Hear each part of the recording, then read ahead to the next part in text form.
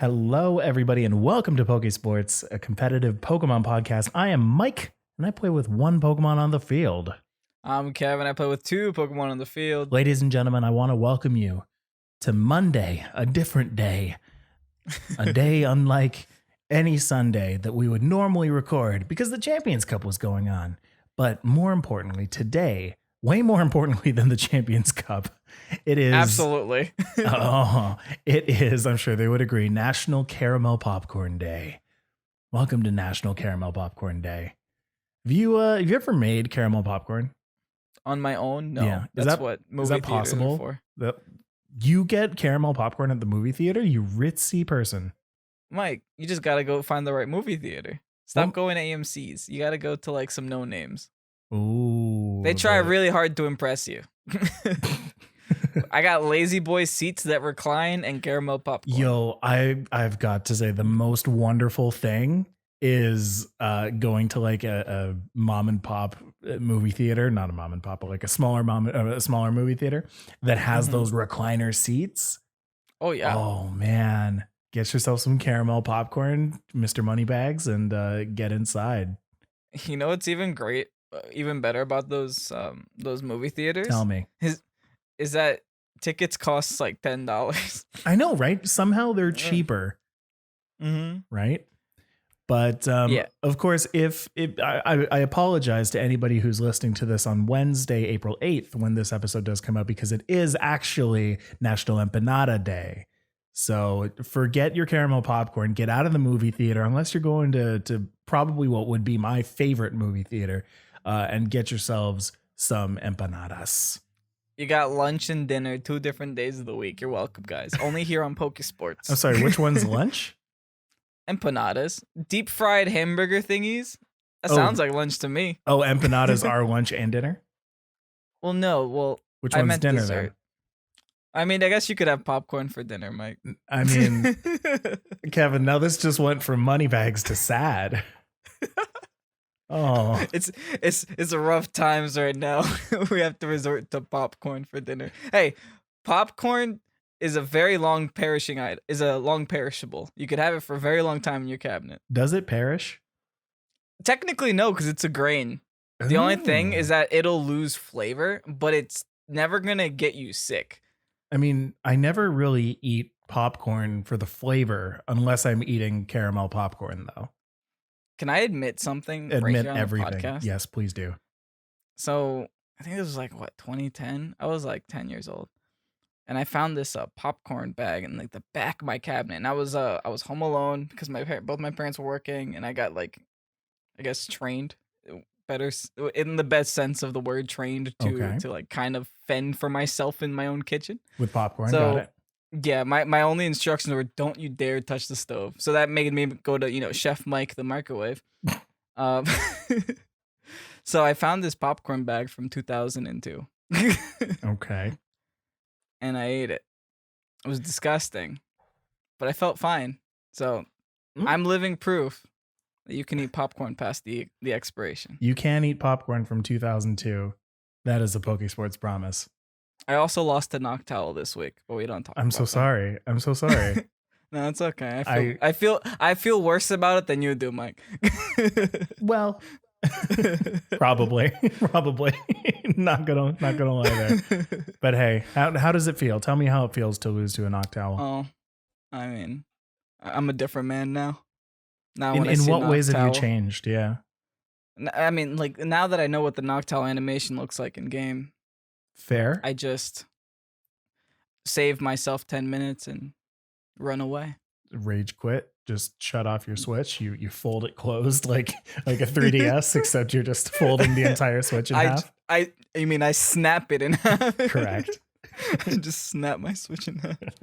I installed hinges on the back of my Switch so that I can actually close it. And it looks a lot like, the foldable Samsung phone. No, you just gotta get 2 switches. Close them up. Snap closed. That's so sad that you just had 2 switches readily available.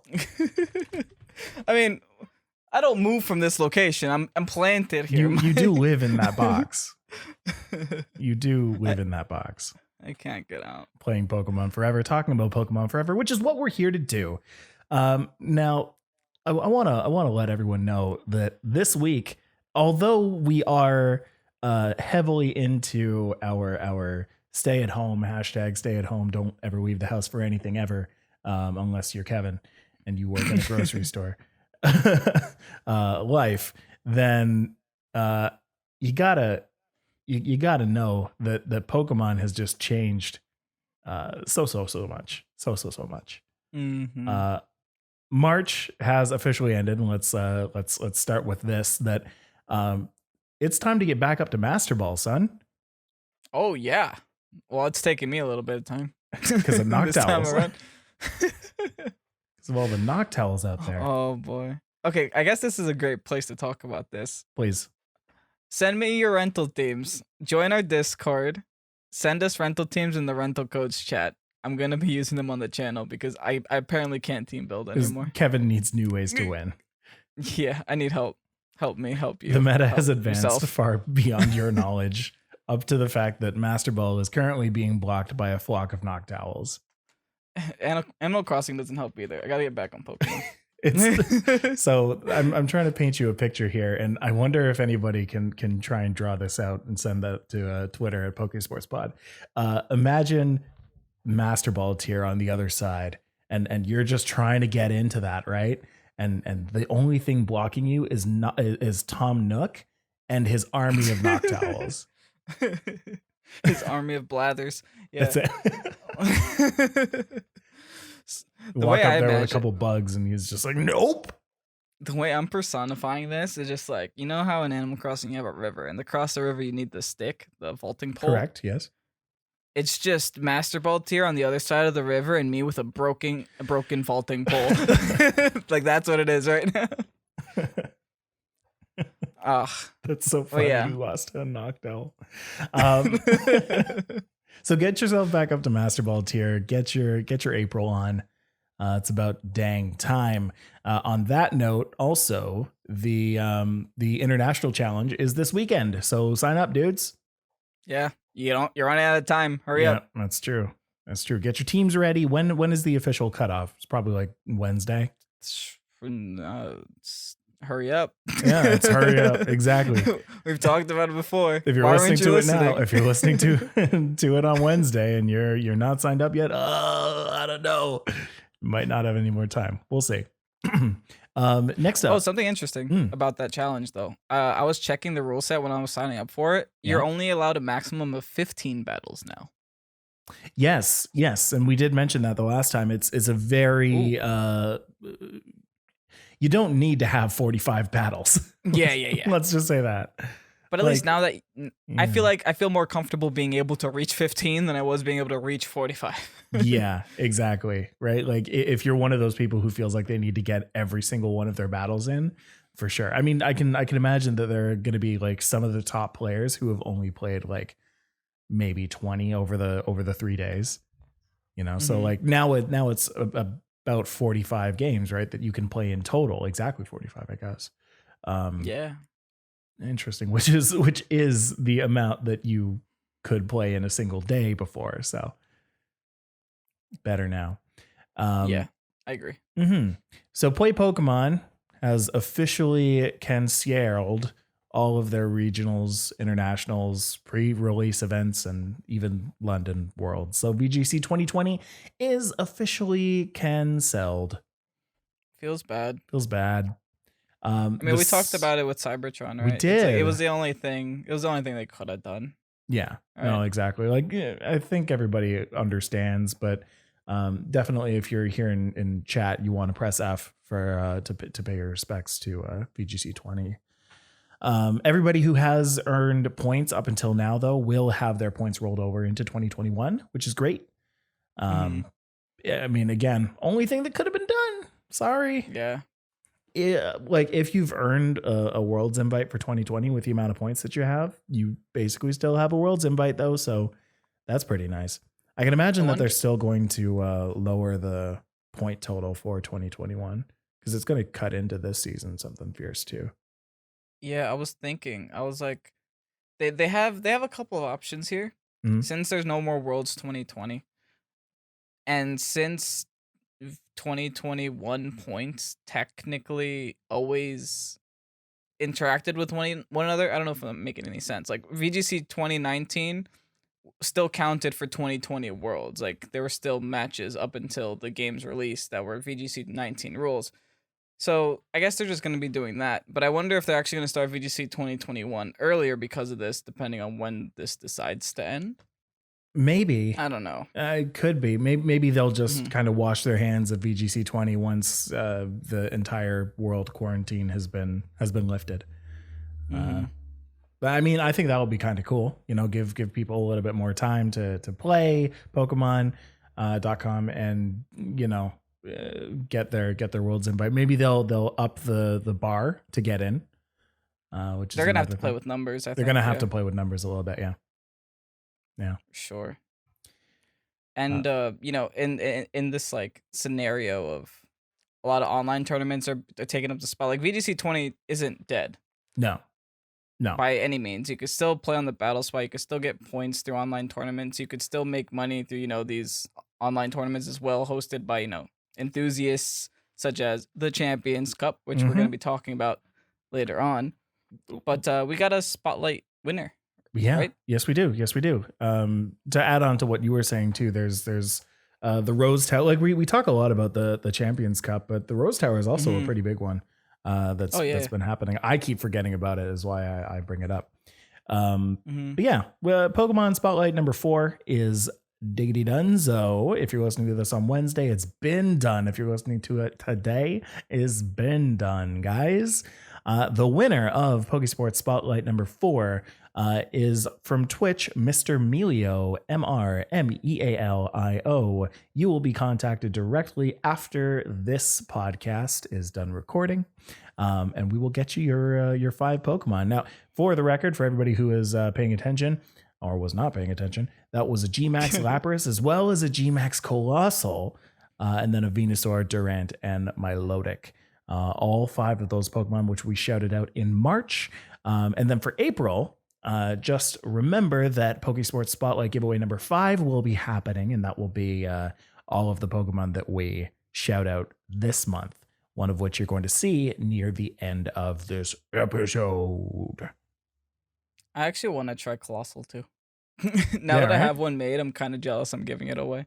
Yeah. Right, well, what's the Smogon news, Mike? Hold on. The nice thing about having made these Pokemon, though, is that you can breed and have little remnants of them still that you can just, you know, remake into their parental's glory. The failure spawn. The failure spawn. That's it.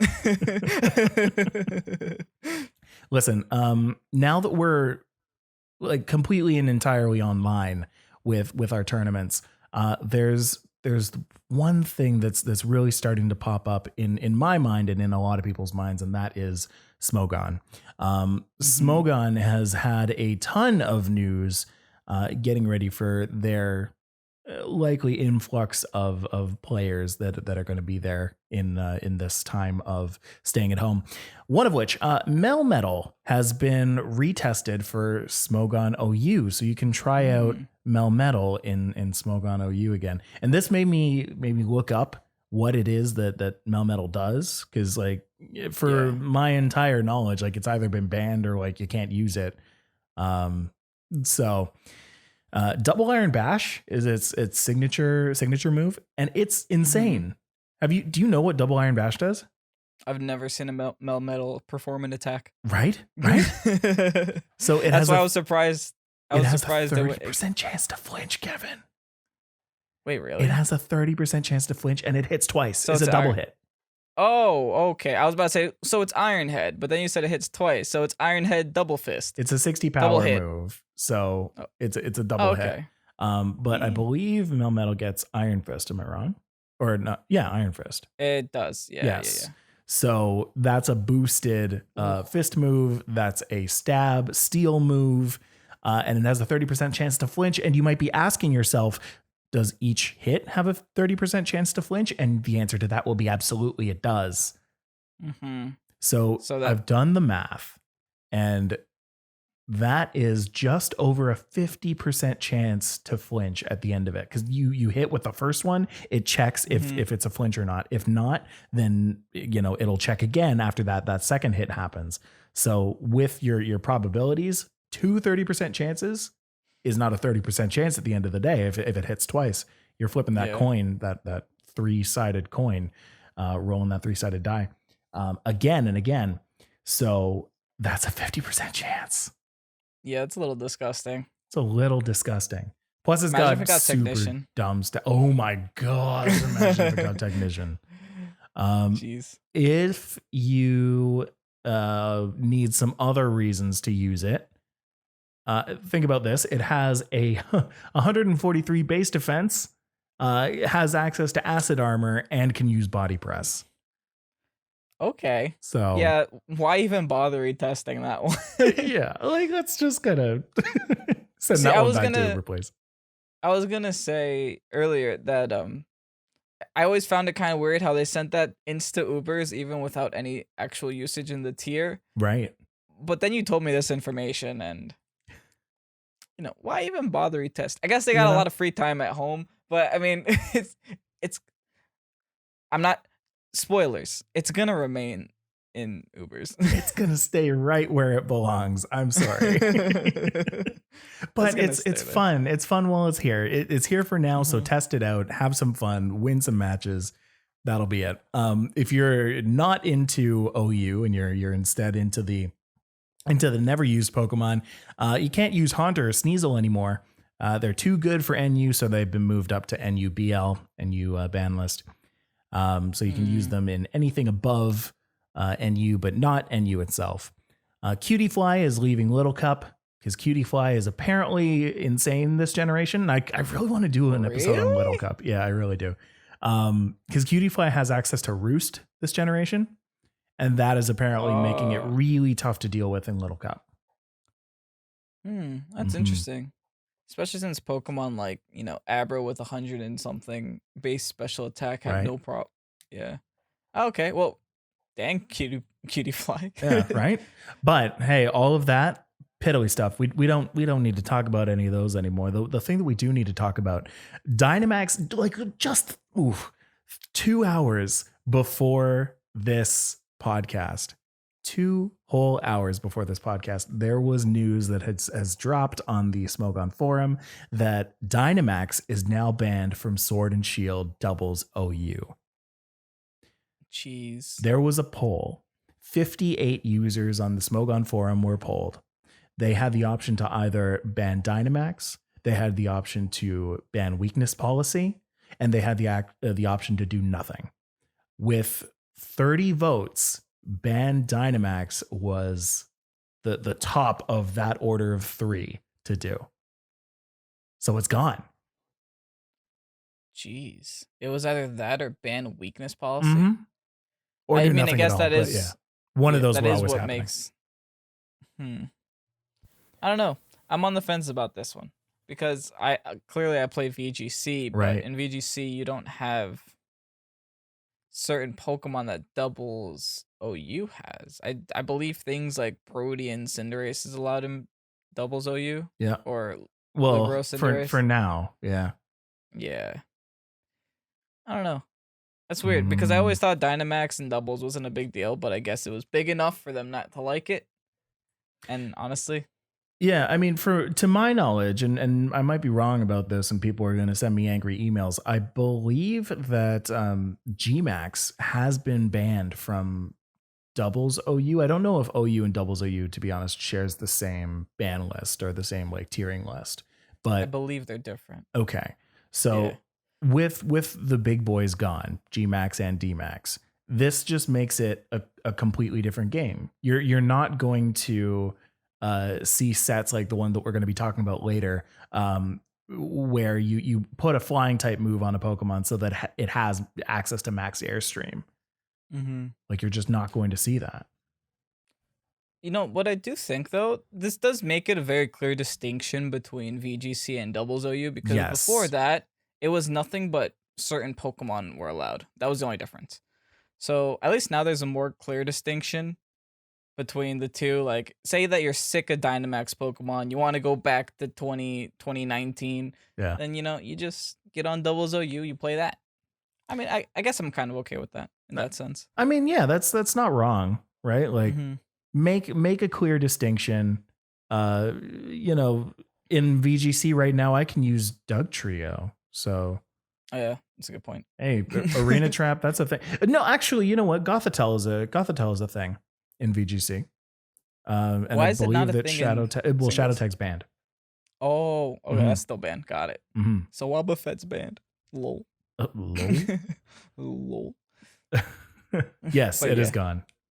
Bye, Wobbuffet.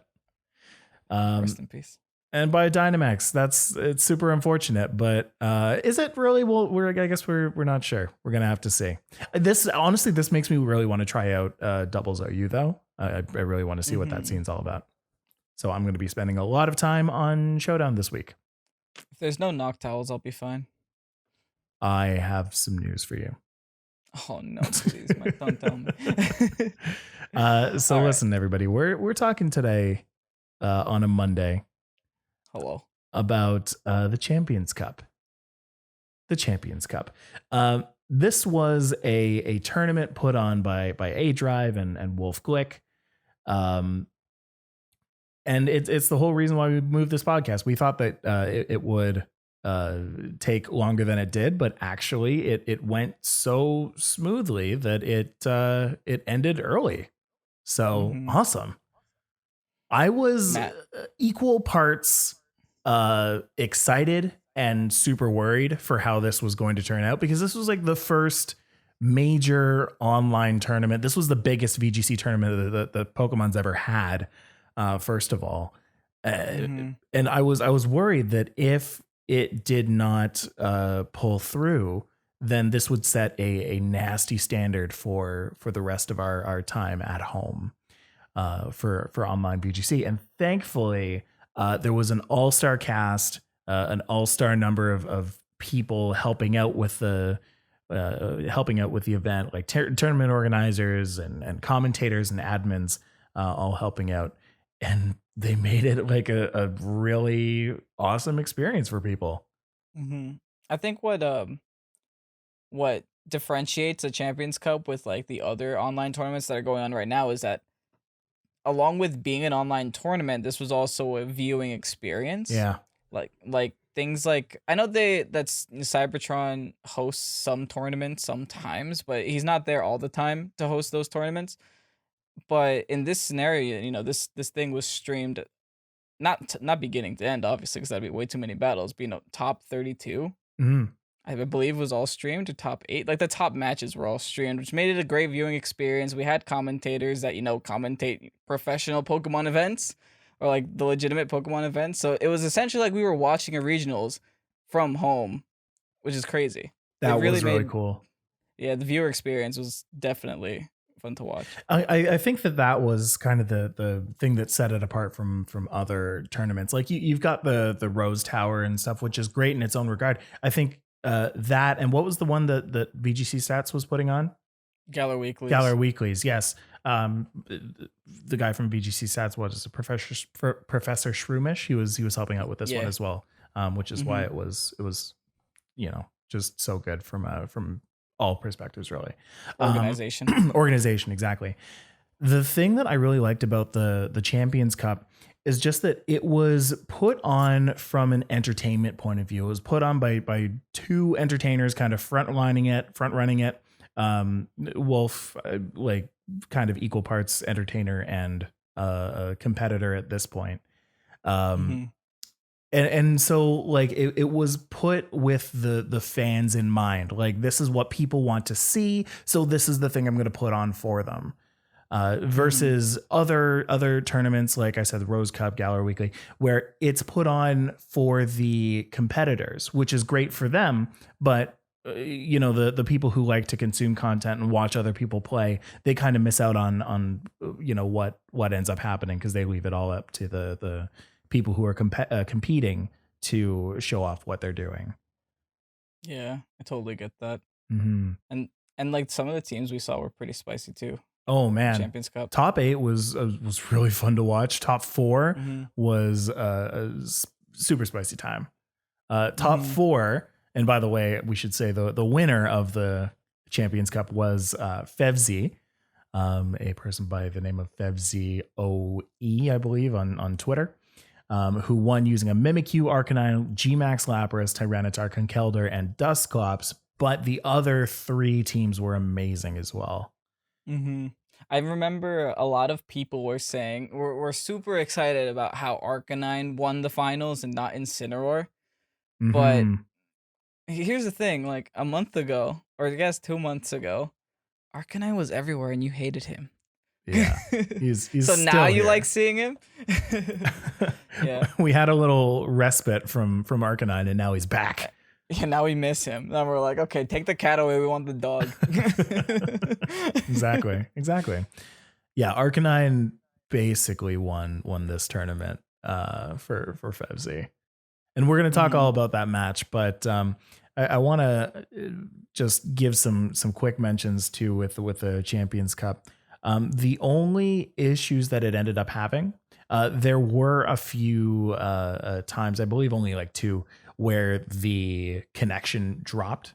Because the whole thing, and for people who are listening, they're probably thinking, if you didn't like do any research into the Champions Cup, that how would they show other people's matches? Like Pokemon doesn't give a good way of spectating what other people are doing. And the answer to that is they used a service called LANplay, LAN-play.com. And on that service, you can basically treat your Switch as it's on in a local area connection. So you have the opponent and yourself go on that area connection. You have the streamer, in this case, A Drive or Wolf or any of the people commentating, go on that LAN service as well, and just spectate that game that's going on. And apparently it works. Like this is one of the reasons why I was worried about this going into it, because I was like, this seems tough to maintain for 1,500 people. Like, to get that many people coordinated and on it's tough. So I mean, to see it actually work, I feel a lot more confident about the service now. But it did have a couple moments where it dropped, and it made for some kind of awkward moments. But they got it all figured out. Thankfully, they had the tournament organizers there who kind of gave good calls on what to do, and figure it out from there.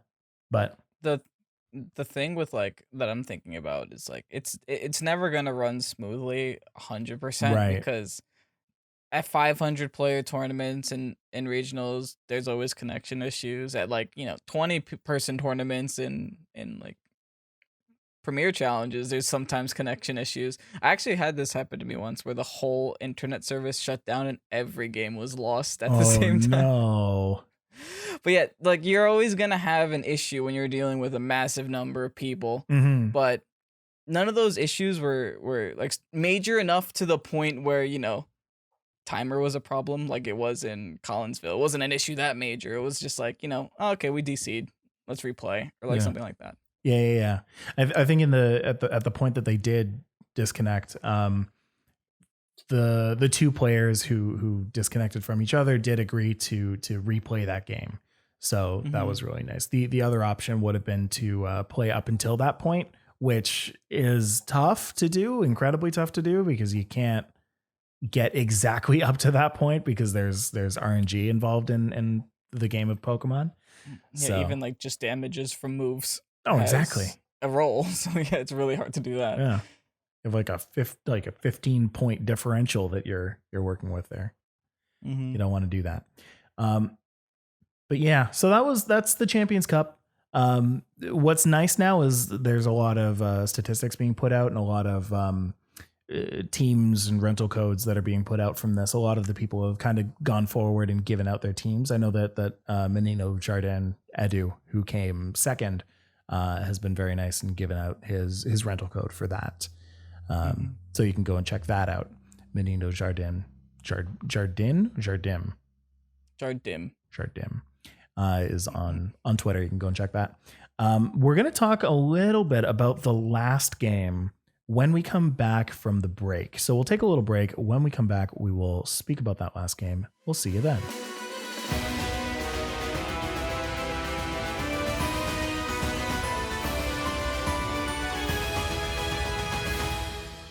And we are back. Welcome back to Pokésports. We were talking about the Champions Cup and how Fevzi was the winner of the whole thing. The kind of cool thing about the Champions Cup, you got to see people who would not normally be at these events. You got to see people from all over the world participate, and Fevzi is a prime example of that. He's a guy from, I believe it's Germany. Is that right, Kevin? Yes. Something like that. Yeah, Kevin, you're frozen. There you go. Now you're not. Yay. Yeah, he's this guy from Germany, I think, who just out of nowhere wins this whole tournament, and it was so cute seeing his ending interview with A Drive and Wolf. They started a call with him to try and interview him about his win and see how he felt. And he I guess answered Discord on his phone. And he didn't know that it was a camera. So like everybody in the chat, like however many thousands of people there, I believe it was like somewhere around 2,000, was just watching Fevzi's forehead for a good 5 to 10 minutes. That's what I like to hear. And Wolf's just like cracking up the whole time. He's just like laughing his head off. He's very professional about it. He's just like muted and laughing and stuff. But the chat's like, Wolf can't. He's done. So then they mentioned it, and he's like, "Oh wow! Like I didn't know I was on stream." So then he gets on camera and shows his face and all that. But it was a very funny interview. It was super like appreciative of the whole thing, which I think a lot of people are as well. But one thing that I wanted to kind of get into is I wanted to show some aspects of that final game and really show off some strategies that Fevzi and Edu used that you the listener could potentially incorporate into your game as well. So let's get into it. So the Fevzi and Manito Jardim match, the very last match of the entire series, it was 1-1 in a best of 3. Both of them, funny enough, actually are in the Lance flight. So if you were a participant in the Champions Cup, you'd know that each of they were separated. Yeah, they were separated into 4 different flights: a Lance flight, Leon, Cynthia, and Steven, I think it was. Essentially you compete within your flight, and then based on how you top cut, then you would be put into the final. I think it was 32.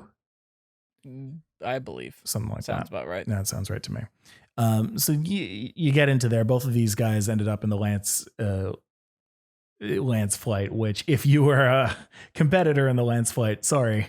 Oops. That probably wasn't too great for you to say. That's where all the scary people went. I guess so. So it started with Lance. It started with Edu going into a Dragapult and a wide lens Venusaur. Now, interesting thing about that, and it was said on stream as well, that Venusaur, we've talked about this, is a Pokemon that you would usually see in a Sun team. But the whole reason that you see it in a Sun team is because of the chlorophyll and because of the fact that you get that extra speed boost. The way that you can also get a speed boost is by getting a speed up. In this case, the Dragapult used, I believe it was Fly, which turns into Max Airstream, which increases the speed of itself and its partner. So you basically got that speed boost off without needing sun in the first place. So this completely goes, bypasses the need for weather. If I recall this turn correctly, Fevzi made such a good prediction on Edu this first turn. My God. First turn defined that whole match. The Edu essentially predicted the max residence and the G-Max from the Lapras on the opposing side of the field. Just to paint a picture, Edu had a Dragapult and Venusaur on the field, while Fevzi had a Lapras, probably G-Max. Was it G-Max? on his side of the field with an Arcanine adjacent to it. Mm. So there's a couple of possible scenarios here. Edu predicted this to be I'm gonna get max resonanced, so I have to Dynamaxx so I can at least live it, or not take too much damage to it. And then I'm going to sleep the Lapras. Just so I don't have to worry about it and waste this D-Max while that happened. And then Fevzi was like, oh no, I'm going to protect with Lapras and then just all in this Venusaur. You know what? Venusaur was holding a wide lens instead of a Focus Sash, went right down to a Flare Blitz from the Arcanine. Yeah. Which set the pace for that whole batch. Like, Fevzi had so much momentum after that play. I really, really, really want to hear from Edu and how he felt at that moment. Because to me, I felt a piece of my soul fly away when I saw that Venusaur go down in one hit to a Flare Blitz from the Arcanine. That just goes to show how a single prediction can completely change the course of an entire game. First turn prediction. Absolutely, yeah. So the Dragapult D-Maxes goes for a max airstream on the Arcanine, ups the speed. The Venusaur does get to go for the Sleep Powder early before the Arcanine has a chance to attack because of that speed upgrade. But doesn't actually get to put the Lapras to sleep because of the protect that the Lapras did earlier that turn. So had Edu gone for the Sleep Powder on the Lapras, Edu would have actually had the upper hand. Yes. That's how big of a difference just that target selection was. Yeah, that first turn. If it had played out the way that Edu wanted it to play out, then that would have been the game. You lose the ability to Gigantamax. I believe there was also a turn later on in that same game where he actually Fevzi withdrew the Gmax Lapras into something else, like breaking Gmax because he didn't need it anymore. He already had his Light Clay Aurora Veil up. Didn't need to keep the Lapras up anymore. It was against a Rotom, specifically because the Rotom on Edu's side of the field, couldn't really be touched by the Lapras because when you've Gigantamaxed a Lapras, it changes Freeze Dry, which is the best thing that you can use from a Lapras onto a Rotom, into Gmax Resonance. So what are you gonna do? Use the Ice move? Use a Water move? Lapras doesn't have a very good kit against Rotom. So took that out, swapped it out for a Conkeldurr, and it was just it was already over, which was kind of unfortunate to hear because even the way that it was commentated, like they knew what was going to happen, and I think kind of everybody knew as well. But I guess it was what it was. A lesson you can learn from this is that you don't have to be afraid to switch out of Gmax or switch out of Dynamaxx. Yeah, the situation, it sucks a little, but sometimes it's the best play because you could always bring that Pokemon back later, and it's better to have a Pokemon than to not have a Pokemon. Yeah, it's true. Yeah. Well, especially just Lapras being Lapras, like if you send it out later and you have a use for Freeze Dry, then it's worth keeping the Lapras alive. Otherwise, the Lapras did its job. Exactly, right? Like otherwise you can have things like Incineroar shut it down with Parting Shot, which Edu did bring. I should mention that Edu brought Dragapult, Venusaur, as well as Rotom and Incineroar in the back, and then Fevzi brought a Conkeldurr and a Dusclops in the back. So Edu could have absolutely just kept on Parting Shot that Lapras, and lowered it down to nothing to the point where it wasn't doing anything. So he was just like, you know what, I'll take away the Lapras. I'll put in something that actually does work. In this case, the Conkeldurr and the Dusclops. And he took down the rest of the team. An interesting thing to note, and one thing that they talked about in the interview as well, is that once the team is down to 2 Pokemon, in this case, once Edu's team lost Venusaur, if they lost the Dragapult, or if they lost whatever other partner Pokemon, you can just Parasong, and that's it. Yeah, that's annoying. It's the end of the game. You know what? It works. It does. It does. And it feels so bad when you're like, oh, I'm down to my last 2 and they hit Parasong, and you're just like, oh. Yeah. I guess I lose. Yeah. There was a point too where the Dragapult used Max Guard. Nope. Dragapult used Max Guard to protect it itself, even while it was Dynamaxed. And that's another thing that I kind of took away from that, is that there are points in the game where max guarding, even while Dynamaxed, even though it will use up a Dynamax turn, will keep you alive. And for this case, he used it so that he could use Phantom Force on the Dusclops the next turn, rather than a max Phantasm, because he wanted to get more turns of his Dragapult alive. Hey, Max Guard is an underrated move. It's not. I think so. I don't think it's a bad play. I think it's a really strong move. It's the closest thing you can get to a protect, and a protect is so darn good. Or like an old school protect that you can't break through with the max move. Yeah, that's true. Now, speaking of Dusclops, our Pokesports Pokemon Spotlight of this week is indeed Mr. Clops. Dusclops holding an Eviolite because you wouldn't ever want to put any other item on the Dusclops ever. I agree. Yeah. Just don't. Just don't. Yeah. Dusclops will usually have the ability Frisk with the EVs of 252 HP, 92 defense, and 164 special defense. You are not building this thing to attack. You are building it to defend and to do some tricky stuff. Like Trick Room, or Nightshade, or Pain Split, or Ally Switch. Those are the 4 moves that typically a Dusclops will use, with the potential replacements of Haze, Will-O-Wisp, Bulldoze, and Helping Hand, I should say. In this past tournament, Fevzi used a Dusclops with Haze.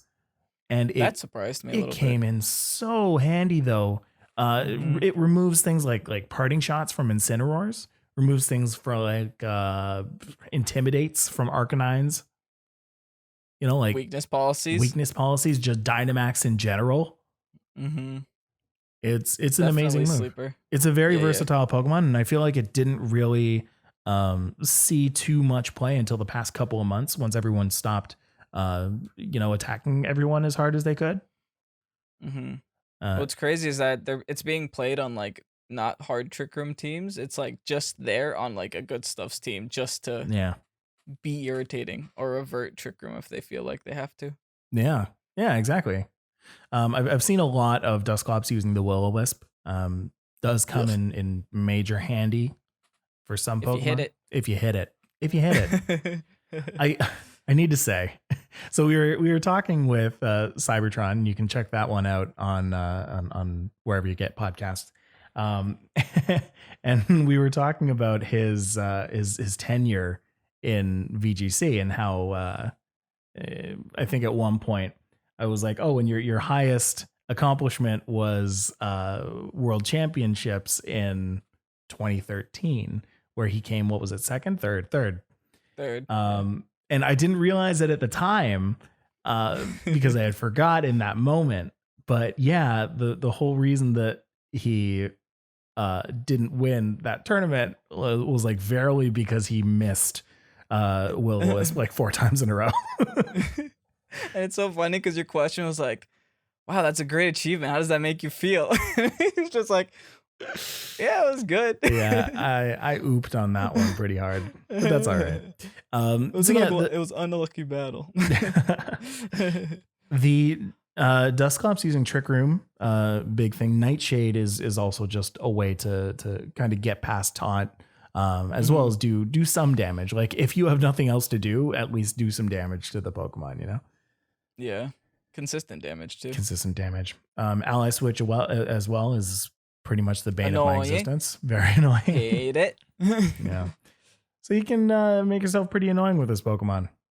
I say go for it. Have fun. Be annoying. Put it on your team. Will you put a Dusclops on your team? Would you do that? I'm thinking about it. But really? Right now I'm stealing rental teams. So guys, put Dusclops on your team so I can have it. Guys, please. I'm trying to get the Master Ball. Yeah, it doesn't usually take me this long. I want to say before we go, there's been something that we've been thinking about, and that's actually been putting on tournaments of our own.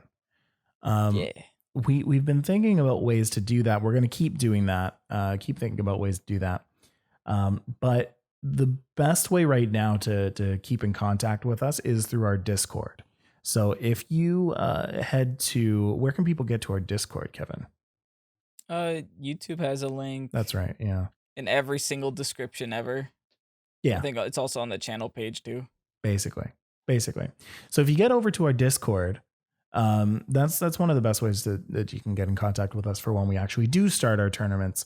But one of the groups of people that we're going to be trying to prioritize and give extra love and care toward, obviously, would be the patron folk over at patreon.com/Pokesports podcast. Sorry. Old case. Wow.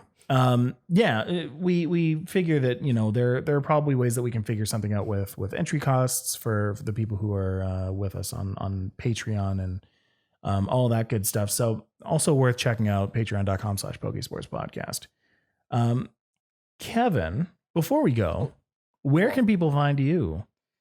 Twitter and Instagram, X-Rays Ovation. What about you? Oh, well, I'm glad you asked. I wasn't even expecting that, man. Wow, thank you. You can find me on Twitter and Instagram at StillJustMike.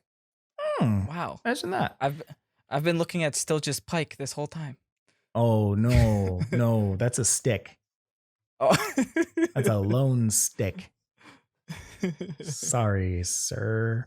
Where can you find the podcast? You can find the podcast on YouTube at Pokesports, youtube.com/Pokesports. You can find us on Twitter at PokesportsPod. You can go to Instagram or Patreon at Pokesports Podcast.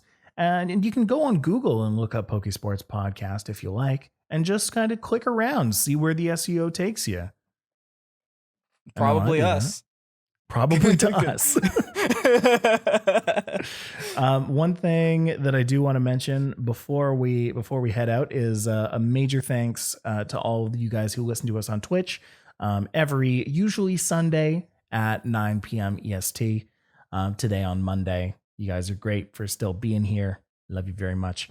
And now we are going to go on to our post-game podcast where we talk about all the stuff after Pokesports. And we'll see you, the Peach is what we call it. So we'll speak with you next week on Sunday at our normal time. See you then. Bye-bye. Bye. Hasta la pasta. Eat pasta on pasta.